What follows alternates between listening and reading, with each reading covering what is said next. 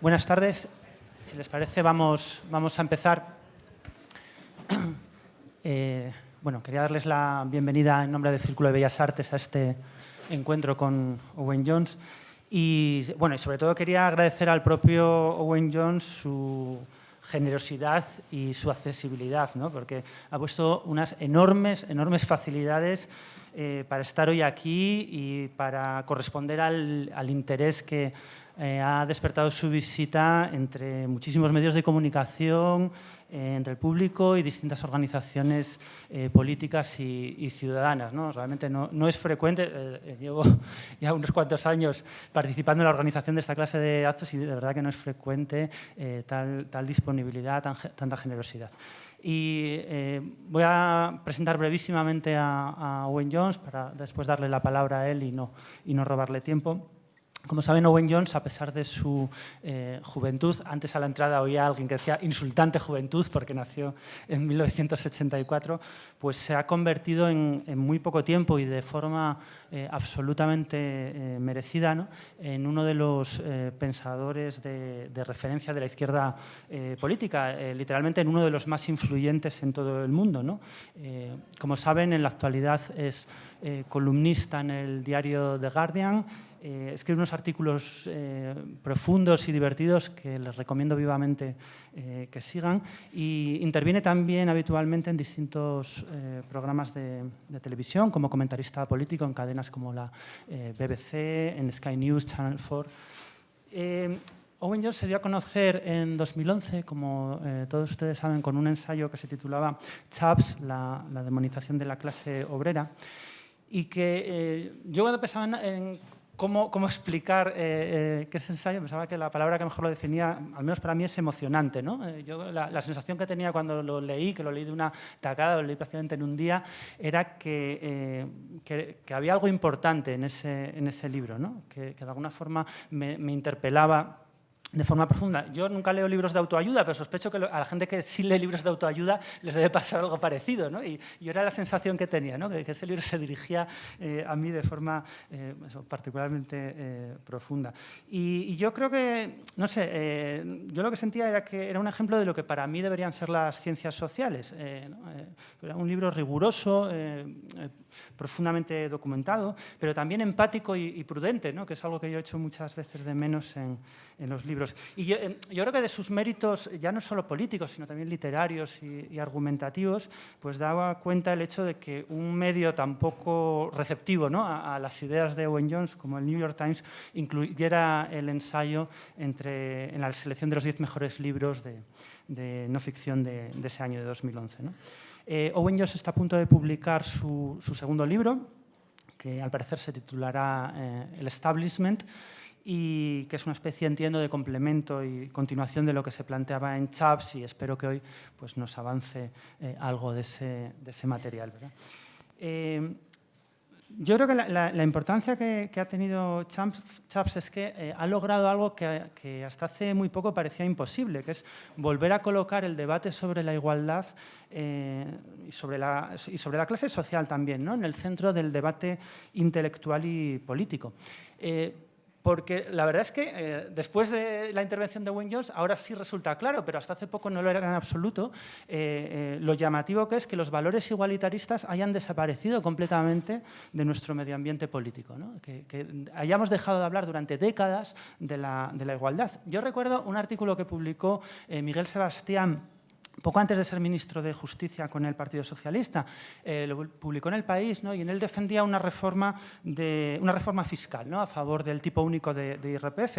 Y entonces yo recuerdo que Sebastián argumentaba que él conocía a mucha gente que ganaba más de 100.000 euros al año y que no eran multimillonarios decadentes, ¿no?, enfermos de gota por comer demasiado marisco ni nada parecido, sino que bueno, era gente más o menos normal. Y yo recuerdo que pensé, pues yo no conozco a mucha gente que gane 100.000 euros. De hecho, yo creo que no conozco a nadie, ¿no? Y se me hizo extraño, ¿no?, que para Miguel Sebastián no se diera cuenta de que ese argumento decía mucho más de él y de sus lealtades de clase y de sus afinidades de clase que sobre el IRPF.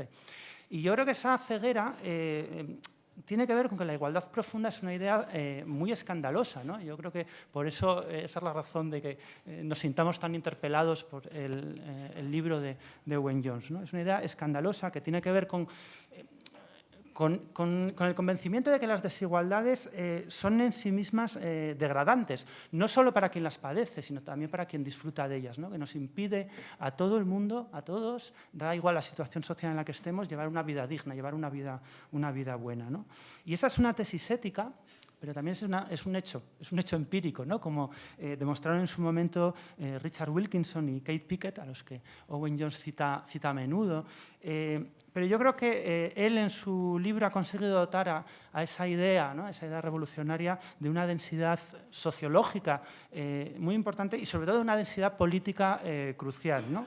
Porque lo que se nos ha ido olvidando es que el igualitarismo es un componente completamente esencial de la democracia, ¿no? El fundamento de la democracia es que, a diferencia de lo que pasa, bueno, pues yo qué sé, con las matemáticas o con la música, todo el mundo está igualmente capacitado para intervenir en política, ¿no? Es esa idea completamente radical de que la intervención política no es una prerrogativa de los mejores, de los más inteligentes, ¿no? La democracia significa que solo podemos distinguir entre lo que es justo e injusto, pues colectivamente, a través de la deliberación común. Y la deliberación común implica que sea una deliberación entre iguales, precisamente, ¿no? Y por eso es una catástrofe política que haya grandes colectivos de la clase obrera, como los inmigrantes en nuestro país, ¿no? Que estén excluidos de ese proceso de reflexión. Y es una catástrofe no para ellos, sino para todos, porque nos estamos privando de herramientas de intervención política cruciales, ¿no? Y lo que nos ha enseñado Owen Jones es que esa brutal crisis del igualitarismo que padecemos, que llevamos padeciendo décadas, ese elitismo, ¿no? Que nos corroe por dentro, es básicamente una crisis de la democracia. Es una crisis de la democracia. Y eso ha significado, en última instancia, esa crisis de la democracia, una apoteosis de la irracionalidad política, ¿verdad? Al privarnos a nosotros mismos de las herramientas de racionalidad, de deliberación colectiva, hemos permitido que la locura, y en particular la locura económica, domine el mundo, ¿no? Enseguida termino, ¿no? Pero quería citarles solo algo de lo que me he enterado hace muy poco, que es que en 2010 la Escuela de Negocios de Harvard, donde se formaron presidentes como George Bush o Felipe Calderón, pues esta escuela, que es la más prestigiosa del mundo, ¿no? Tiene el MBA más prestigioso del mundo, en 2010 eligió como mejor modelo de negocio la piratería somalí, ¿verdad? Es decir, que el negocio preferido por el MBA más prestigioso del mundo es el de unos piratas, ¿no? Que, armado con Kalashnikov, secuestran a barcos mercantes civiles, ¿no? Bueno, pues esa es la gente a la que hemos dotado de un enorme poder sobre nuestras vidas, ¿no? Así que yo diría que necesitamos urgentemente, ¿no? Y eso es lo que yo creo que nos ha enseñado, esa urgencia es la que nos ha transmitido Owen Jones, necesitamos urgentemente profundizar en el igualitarismo para recuperar la democracia, ¿no? Y así revertir toda esta locura. Y yo creo que nos ha enseñado Owen Jones hasta qué punto nos habíamos alejado de ese objetivo, incluso quienes pensábamos que lo estábamos persiguiendo. Y ahora sí que ya me callo y cedo la palabra a Owen Jones. Muchas gracias por estar aquí.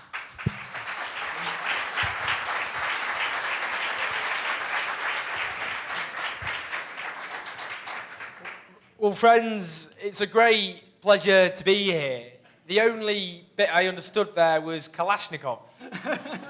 Not sure if that means after this meeting we're going to have an armed revolution. But, you know, maybe we could have a discussion about that after the talk. It sometimes surprises people when I start speaking because they wonder who the 12-year-old who's wandered to the front is. Back home, it suggested I look a little bit like Macaulay Culkin from Home Alone 1. I'm actually 58. I've just aged very, very well. It's great to be here in Spain. Spain's a country with a really proud and long history of struggle and resistance, of a fight for democracy and for social rights from below. A tradition which carries on to today as well, and a tradition which continues to inspire people all over the world. Now, the point about this talk is to just get a discussion going, and the most important thing will be to have that discussion afterwards where we can exchange our own experiences where we can debate various points and, more importantly, we can discuss a common strategy for the future, not just of our own countries, but all over Europe, at a time when so many people are being made to pay for a crisis they had nothing to do with at all.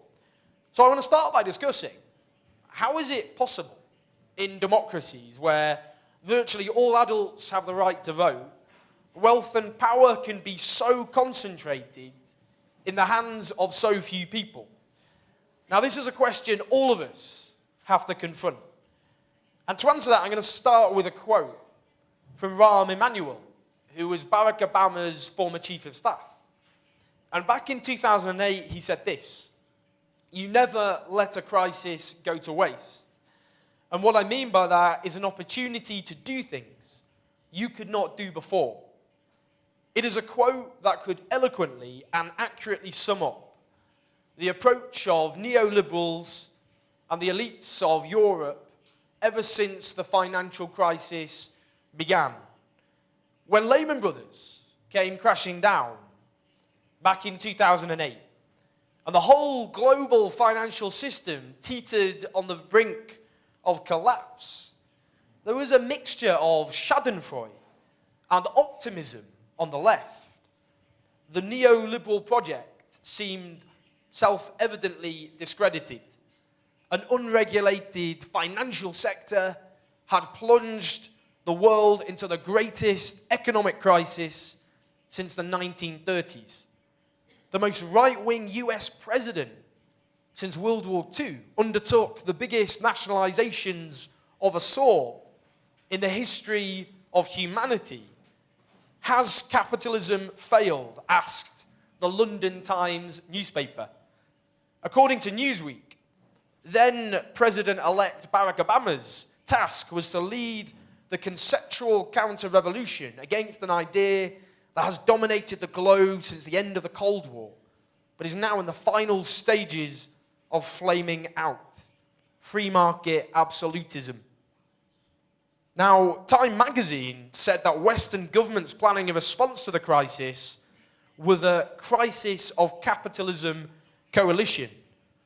For left-wing critics of the free market consensus, it seemed as though their great moment had arrived. And to quote my colleague at the Guardian newspaper, Seamus Milne, he said this at the time: "What is certain is that the dominance of the free market model of capitalism, which has held sway across the world for more than 2 decades, is rapidly coming to an end. And yet, perversely, rather than being the death knell of free market extremism, this grand crisis of capitalism appeared to give it renewed life. As the right-wing economist Milton Friedman had put it before, only a crisis, actual or perceived, produces real change." And he said this: "When the crisis occurs, the actions that are taken depend on the ideas lying around, and the politically impossible becomes politically inevitable. This has been the strategy of neoliberalism for a generation, if not more, and it has been devastatingly effective. When the financial crisis began, the ideological cupboard of the left was barren and empty. They were crippled by a generation of defeat. The right, on the other hand, were bubbling away with intellectual ferment. Here was a new opportunity to cement the position of the neoliberal project and to shovel even more wealth and power in the hands of the economic elite. Now, as a project, as an ideology, neoliberalism champions and represents the class interests of those with wealth and power, whether it be handing public assets to private interests, reducing taxes on big businesses and the wealthy in favor of indirect taxes on working people, shifting the balance of power within the workplace in favor of employers rather than employees, reducing trade union rights, and so on. How then, how can the neoliberal project sustain itself, given it's not just those with wealth and power who have the vote? Now, to understand this, This is the first point, the really important point I want to make. All social gains and rights were not given to us by the goodwill and generosity of those above. They were won through the struggle and sacrifice of those below, and they were fiercely resisted. In my own country, in Britain, in the 19th century, demands for democracy were fiercely resisted. The Chartists were the first working-class political movement on the face of the earth, and they championed the right for all men to be able to vote and to end the rules which meant only the wealthy could become members of parliament. Now, the ruling elite regarded democracy as a mortal threat to their position. And one man who became conservative leader, Lord Salisbury, said in 1867, "First-rate men will not canvass mobs, and mobs will not elect first-class men."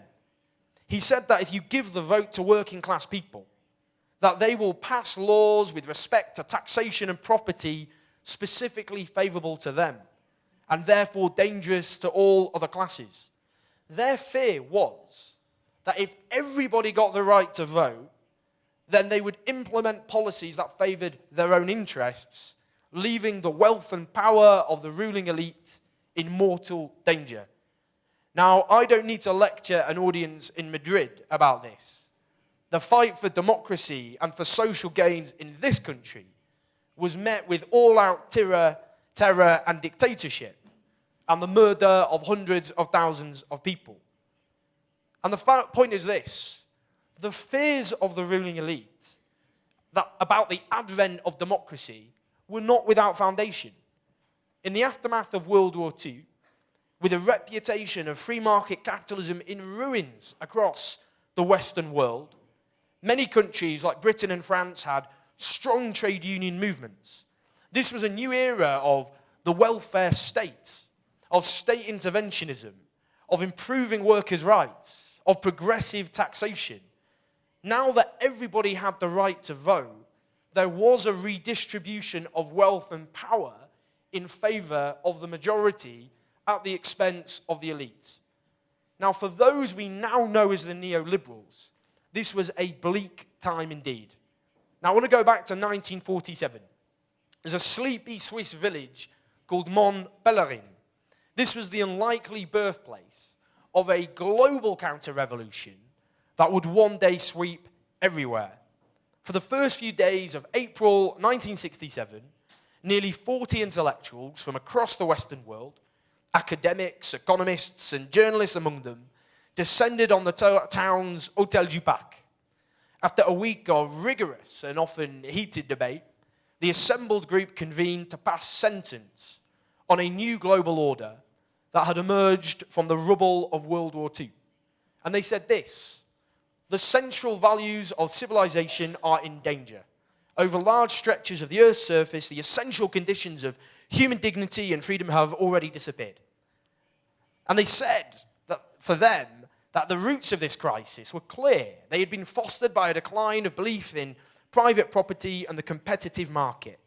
And so began a generational struggle by those who called themselves the Mont-Pelerin Society for neoliberals to fight against a world which they entirely rejected. And this was the brainchild of the Austrian-born British economist Friedrich Hayek. And as the Nazi Empire crumbled at the hands of the Red Army and the Western forces, he published a deeply pessimistic indictment of the world he believed had been emerging for a generation or more. The abandonment of laissez-faire economics, or the belief that the state withdrawing itself from economic life was a guarantee of prosperity and freedom, he believed threatened the very foundations of liberty. We have progressively abandoned that freedom in economic affairs, without which personal and political freedom has never existed in the past, he said. Now, his seminal book, The Road to Serfdom, was a sensational success when it was published at the end of World War II. Hundreds of thousands of copies were sold in Britain and other Western countries, and a condensed version published in various magazines. But it was of little comfort to the author of this book. Despite the huge interest in his work, he said, "I am by no means optimistic about the immediate future. The prospects for Europe seemed to me as dark as possible. Now, what they wanted to do, people like Hayek, was to turn the clock back. And they were very open about this. To return to an age where you didn't have welfare state, where taxes were reduced on those with wealth, where trade unions were weaker than they had become. But in this new post-war world, these neoliberals were regarded as cranks, extremists. They were seen as mad. They had been crushed by the onward march of history. They were blamed for causing the Great Depression of the 1930s. Laissez-faire economics was just ideologically bankrupt. And if you look at my own country, Britain, where you had a new political consensus, the welfare state, economic interventionism, the mixed economy, strong trade unions, high taxes on the rich, not only was it Labour who championed these things, they forced the Conservatives to accept all of these things. They became the post-war consensus, as it was called. Now, for the Social Democrats at the time, they were triumphalist. One leading Labour politician said Britain was no longer a capitalist society. The Conservatives, he said, they fight elections on the policies of the left, no longer of the right. This triumphalism on the left was matched by despair on the right. Margaret Thatcher said that Britain was on the road to socialism, that the Tories were complicit in this long march to the left, that they believed that this was possibly irreversible. And yet, despite their frustration, this was the period of the greatest economic growth and living standards that the Western world had yet seen. Now, this is the exact reverse of the situation we find today. The neoliberals were seen as defeated by history, irrelevant cranks, whilst those who believed in some way at least in a more just and democratic society were seen as the victors. But then in the 1970s, the great crisis Milton Friedman warned about, or hoped for in some ways, came about. The international framework for global finance, the Bretton Woods system, collapsed as the United States could no longer afford because of the costs of the Vietnam War. There was a huge oil shock in 1973. Inflation swept the Western world. Profit began to fall. Now in Chile, Salvador Allende's left-wing government was overthrown by a right-wing coup in 1973. Now this is something my own family very passionate about because, like many socialists in northern England, they brought in Chilean refugees who had fled a murderous, torturing regime. But this regime was one of the first widespread experiments of neoliberalism on a society. But in Britain and the United States, given they had a democracy, what the neoliberals did is organize themselves into think tanks, generously funded by corporate and private interests. Their aim was to shift the terms of political debate. It's a concept that today the Republican right call the Overton Window. It's named after a neoliberal ideologue who died a few years ago. The ideas are this. When you have within the window, the Overton Window, those are the policies that are common sense, mainstream, acceptable and politically possible. Everything outside the Overton Window is seen as extreme, deluded, impossible, impractical. And what the neoliberals did is they shifted the window, the Overton window, so policies that were once seen as extreme became mainstream, and ideas which were once seen as mainstream became extreme. Now, this is something they put huge amounts of resources in, and discipline, and huge levels of organization. And as the post-war consensus collapsed in Britain, Margaret Thatcher's Conservative government triumphed over a chronically divided opposition and put into practice these ideas. She defeated the trade unions, the traditional backbone of the left, privatized industries and utilities, slashed taxes on corporate interests and the wealthy. But in a reversal of what had happened before, she forced her opponents to accept the underlying principles of what she had done. And so she would later say that Tony Blair and New Labour were amongst her greatest achievements. This was a story which much of the rest of social democracy would follow all over Europe. Now, two other developments would embed neoliberalism. First, there was the form of globalization we've experienced. The idea now was that even a modest social democratic government would trigger a flight of capital that would cripple the economy. But the second and most important was the collapse of the Soviet bloc. Now, much of the left abhorred everything that the Soviet Union and its satellite countries stood for. But the end of the Cold War was portrayed by the neoliberals as the ultimate and absolute victory, not just of capitalism, but of the most extreme and untrammeled and rapacious form of capitalism. Francis Fukuyama, the US political scientist, said it was the end of history. The US political neoconservative Midge Decter just said, it's time to say we've won. Goodbye. All over the world, communist parties collapsed. Social democratic parties moved to the right. National liberation movements in Africa embraced the underlying principles of neoliberalism. So no wonder when this great financial collapse, this great crisis of capitalism came in 2008, the left did not flourish. There was no movement offering a coherent alternative to how society was organized with a mass popular base. The left had been battered. It was fragmented and demoralized. Now, ideologically, there were ways that neoliberalism sustained itself, other than there is no alternative. There was the promise of there being room for the top for all, that anybody through their individual effort can prosper, and those who fail to do so are to blame. What were once regarded as social problems, as failings of the system, of society, were turned into individual failings. Poverty and unemployment were no longer problems of an unjust and unequal society. They were the failures of the individual themselves. That if you are poor, it is because you are personally lazy. If you are unemployed, it's because you are not looking for work. Now, what you see because of that, even with this crisis, where the bankers plunged the world into economic catastrophe, is the behavior of the poor is relentlessly scrutinized, rather than the far more socially destructive behavior of the rich, the people at the top. This is the politics of envy. And what the right and the elite always do is they accuse people on the left of the politics of envy if they call for rich people who are booming like they've never boomed to pay more taxes. But this is all they ever offer, the politics of envy, because they try to make struggling people envy each other. They say to low-paid workers whose wages are being cut in real terms, don't be angry with your bosses, instead envy the unemployed person next door living in luxurious conditions. They say to the private sector worker where pensions have been decimated, don't be angry with your boss. Envy instead the public sector worker next door whose pension is still intact.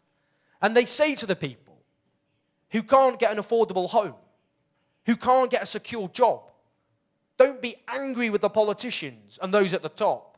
Instead, envy the immigrants who are getting homes and jobs that belong to you. This is the politics of envy and the politics of divide and rule.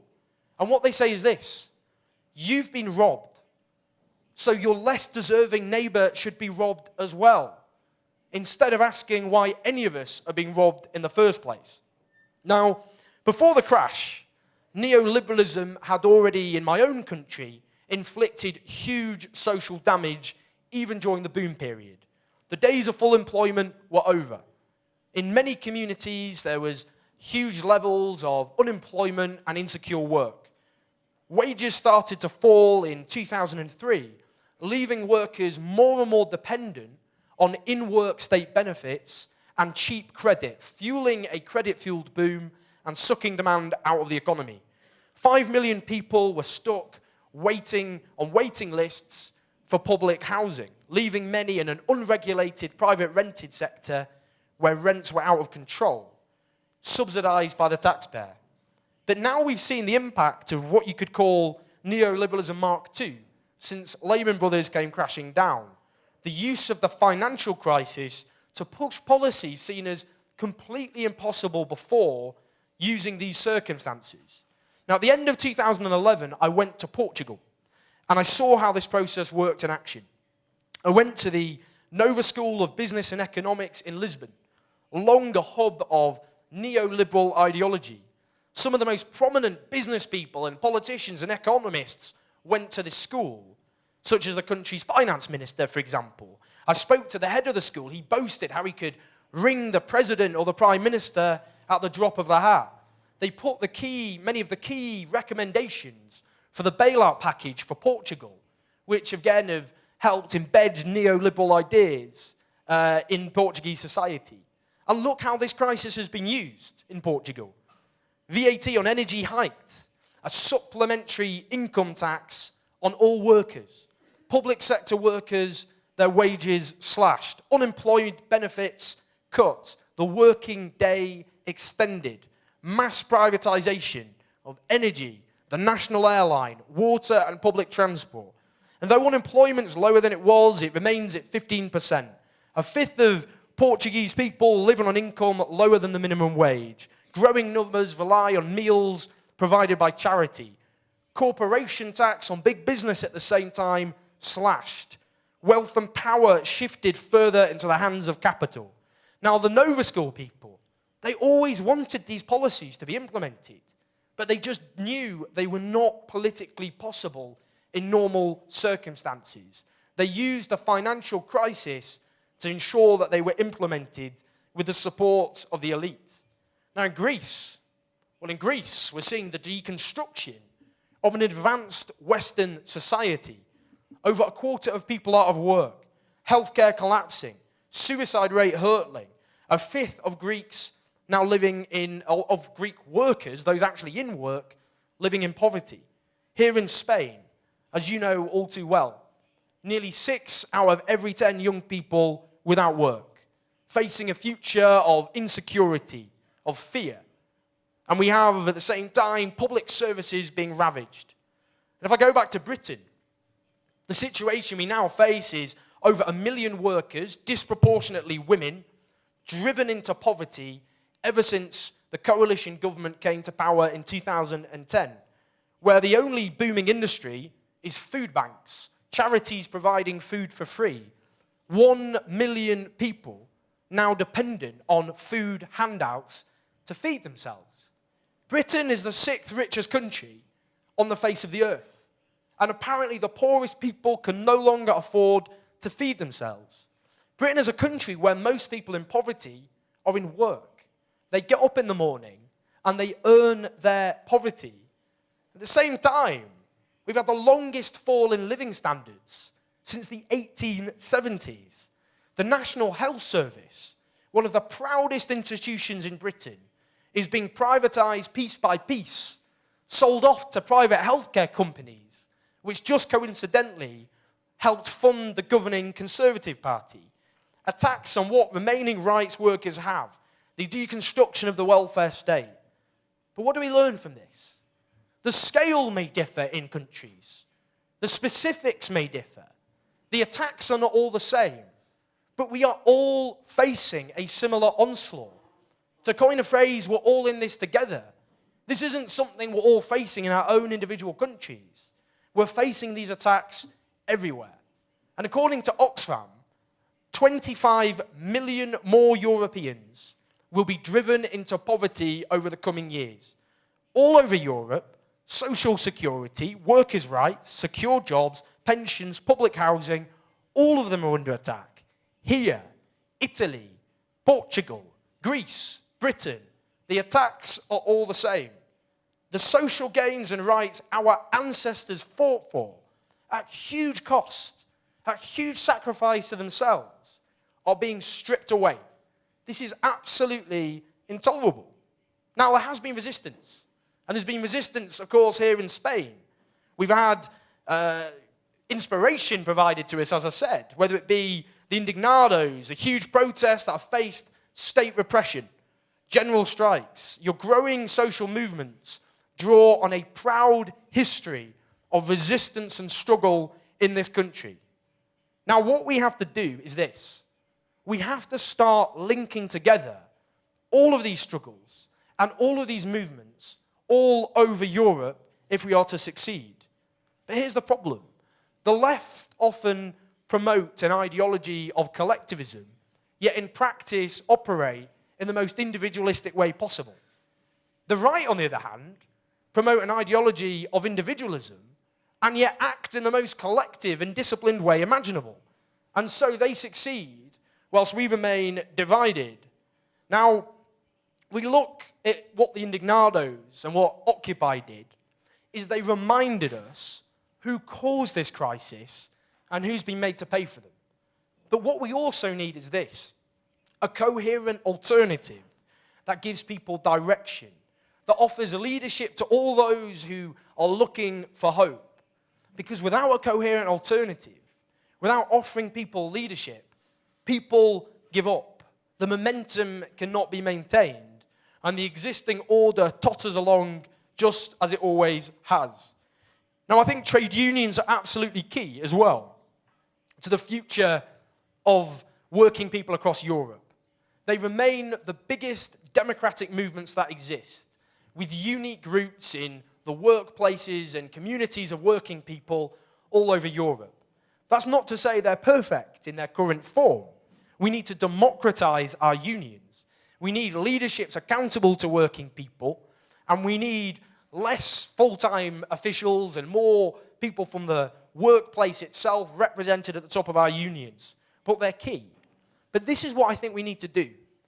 We need, across Europe, to commit to a common set of principles and ideas which won't be perfect and will only be a start, but will allow all of us to rally around basic ideas that we can have common days of action around, and that we can build movements domestically, but which link together. And here's the sorts of things we should all be arguing for. That if you are in work, no ifs or buts, no excuses, everybody in work must have a living wage. That at the same time we need to meet all people's housing needs with a program of public housing, rather than relying on private landlords charging extortionate rents. That we need an industrial strategy, the state to intervene, to create millions of climate change and renewable energy jobs all over Europe, taking on the environmental and the jobs crisis as well.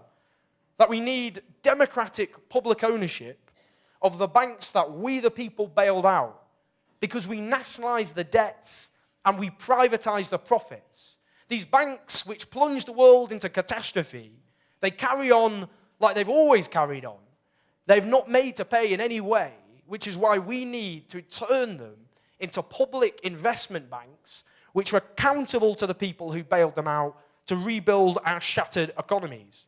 We need an all-out war against tax avoidance. Huge, hundreds of billions of pounds hoarded by the rich, whilst millions of people across Europe face huge cuts to their living standards and services. We need broader demands for tax justice, progressive taxes on income and on wealth as well. We need to be arguing for the public ownership, the democratic ownership of public utilities and services, the extension of workers' rights, the promotion of democracy in the workplace. Now, these are initial demands, but we have to stop making defensive demands. We have to go on the offensive. All too often, people who want a better world say, stop the cuts, stop privatization, stop the world I want to get off. But instead, we've got to go on the offensive and give people a coherent alternative. It means changing the way the European Union is. It means challenging the lack of democracy in European Union institutions, the enshrining of neoliberal ideas in EU treaties and organizations. Those are the things as well that need a common European response, not just in our individual countries. Now, in doing so, we'll have public support. If I look in Britain, if I look at, for example, the populist right-wing anti-immigrant party UKIP, their voters want public ownership of utilities, higher taxes on the rich, better workers' rights, all the things the leaders of UKIP want to destroy and oppose. But instead, that anger is being directed, of course, at immigrants rather than the people at the top. Now, the problem is this. And this is what it boils down to. There is so much anger out there, and there's so much fear. But there's one thing missing, and that's hope. And without hope, people give up. They yell at their television sets. They turn their anger on their neighbors. But otherwise, they give up. And it was Harvey Milk, the US civil rights campaigner, who said this: "I know you cannot live on hope alone, but without it, life is not worth living. And unless we give people hope, they'll give up." And that's how you get social change. To quote a British socialist who died a couple of months ago, Tony Benn, he said this: "You get social change with the burning flame of anger at injustice and the burning flame of hope at a better world. But that is the duty and responsibility of those who want to end a crisis which ordinary people have been made to pay for, to combine the anger with the hope." Now, by offering that coherent alternative, we can put forward demands which point to a society that's organized around people's needs rather than around the profits of those at the top. And we learn from our ancestors who fought odds far greater than our own. Our mothers, our fathers, our grandmothers, our grandfathers, all those before us. We stand on the shoulders of giants. And it's not for us to let everything our ancestors fought for, at huge cost and sacrifice, be stripped away from us. Future generations will never forgive us if we do not fight against all these attacks, which they themselves will be the greatest victims of. And that's why we've got to unite. We've got to link our struggles together. We've got to have a coherent alternative we all organize around. And we've got to give people hope. And if we give people hope, then we will not only defeat austerity, we will not only defeat neoliberalism, but we will build a Europe run in the interests of working people rather than the profiteers at the top who are continuing to boom like never before. Thank you.